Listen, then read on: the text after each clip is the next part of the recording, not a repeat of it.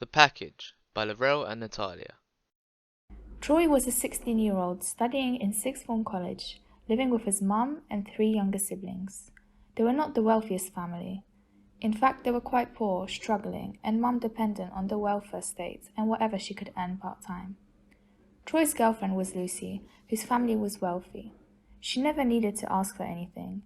Living in the expensive, most exclusive area of town, it was clear her lifestyle was quite the opposite of Troy's. Her parents didn't like Troy. They were convinced he was the definition of trouble and would bring Lucy down. One day, Mum was reading a letter. It was a final demand for rent. Troy looked over her shoulder and could see the worry on her face. It was clear they were struggling to pay rent. After this final demand, an eviction note will be issued. They needed money desperately. Lucy had helped Troy with rent in the past, and he didn't want to rely on her again. He decided that he needs to finally step up and be the man of the house. He had applied unsuccessfully for jobs. Even when he did get offered one, the wage he earned was never sufficient. He needed to find another way, a better way. Passing a bridge on Saxon Road near his house, he always saw Ricky and the lads. Ricky had offered him a way to make money, but he wouldn't say what it was. He had previously said, "Let me know when you want to make real peace." Troy exchanges numbers with Ricky and heads home. He cannot stop thinking about this offer and calls Lucy. She doesn't like the idea because she has a bad feeling about it. His curiosity convinces Lucy and he immediately texts Ricky. Ricky arranges a meeting in an alleyway near their school.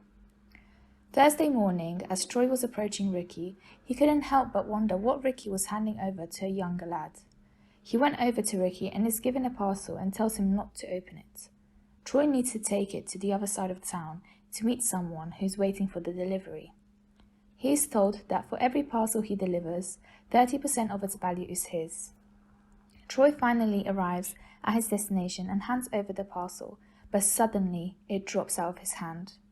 The customer rushes to pick it up, and that's when Troy realizes what his parcel really contained: drugs. Thankfully, the drugs were in little bags, which protected them from losing value. He received his money and went back to Ricky, not too happy. Troy realizes he wants out. His intention was never to get involved in criminal activity, but when he confronts Ricky, he blackmails him with camera footage of Troy carrying the parcel. There is no way out. Troy cannot believe what he has gotten himself into, but maybe it was worth the cut. There's no way he can tell Lucy about this. She would freak out. He cannot let her find out the truth. 2 years later. Troy is now 18 and a legal adult. Joshua, who is the leader of the gang, is now relying more on Troy and Bradley. Bradley is another one of Joshua's henchmen, who also started working at a similar time to Troy. Troy still works with Ricky, but starts to think about getting a normal job. He talks with Bradley about this, who at first appears understanding, but later on goes to tell Joshua about Troy's plan. Joshua, the boss man, isn't too happy. He's afraid that Troy will spill this group's secrets. He talks to him and makes it clear that if he decides to leave, his girlfriend will pay the price. Troy never expected his girlfriend to be involved in any of this. He wonders, what has he done? Is this how she finds out about Troy's hidden identity? To reinforce his threats, Joshua orders Ricky to pay Lucy a visit. Ricky follows Lucy out of work, and as she turns into a tight road, his mate jumps out in front of her. They confront her and steal her purse, while threatening her with a knife. She is paralyzed with shock. They mention Troy's name, which confuses Lucy, but she dares not to speak. They say, "Tell your boy Troy he is going nowhere. If he wants out, then we're having his girl." He said he wasn't involved with Ricky. He lied to her. As she's lost in her thoughts, the two males move closer. But before they can do anything, they hear a group of people coming, about to walk into this tight road. The two run away and leave Lucy devastated. She cannot believe Troy would lie to her for such a long time, after everything they've been through. Lucy makes her way home, trying to act normal. She can finally contact Troy as her phone was in the purse the two men stole from her. She messages Troy to meet earlier than arranged. It was their anniversary today. Troy was taking Lucy out to a restaurant to celebrate, so Troy agrees. Lucy gets ready and leaves. Despite still being traumatized, she is trying to hide all her emotions. She sees Troy waiting for her on the street. He has a gift for her, a large bouquet of red roses, and a gift bag from a high-end brand. This annoys Lucy even more, as she now knows where this money really comes from. As she approaches Troy, she lets all her feelings and emotions out. Troy is shocked. He never thought that this would be how she would find out, especially as he is trying to get out. Lucy didn't want to hear Troy's excuses, though. A big argument occurs. People on the street looked out of their windows of their executive homes as they heard a confrontation between Lucy and Troy. Troy also finds out how it happened, and as he does, he grabs his phone immediately, calls Ricky. How could his friend do something like this? Lucy rushes away, and Troy tries to follow her, but she doesn't let him. Troy's life has fallen apart. Before he can do anything else, he is approached by a man who turns out to be Lucy's father. He is fuming. He threatens Troy that if he comes this close to his daughter again, he will regret it. Lucy's dad is a lawyer who is quite well known in the area. Troy is speechless. How could he put Lucy in such danger? Lucy's dad said, "If you really love my daughter, you know what to do." Troy couldn't get these words out of his head. What could he do?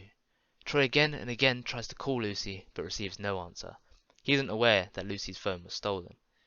He decides to go to his group, while continuously trying to reach Lucy. As he reaches Saxon Road, he tries to call Lucy one last time, and he hears a unique ringtone. This gets louder and louder as he approaches his group. They stole her phone! Troy tries his best to keep his anger in. How could his friends do that to him, to the person that he loves? As soon as the gang sees Troy, they stare him down. Troy gives no reaction and tries to act normal. He greets everyone as usual until Joshua walks up to him and says, "I told you there was no way out of this lifestyle."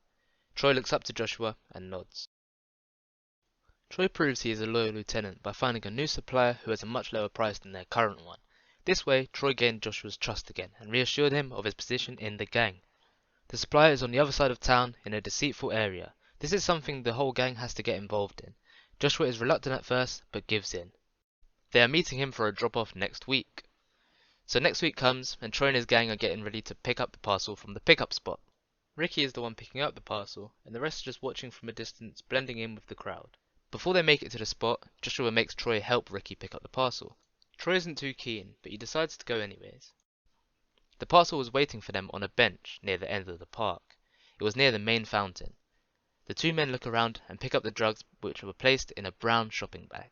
They take a seat and blend in for a bit before deciding to leave, and as they get up, a man walks up to them. Turns out he is an undercover police officer. Before they can react in any way, the people who they thought were regular people turned out to be police officers too. Joshua tried to escape, but Bradley grabs his hand and handcuffs him too. For all this time, Bradley was an undercover police officer. Troy knew this was going to happen though, because he was the one who actually arranged it.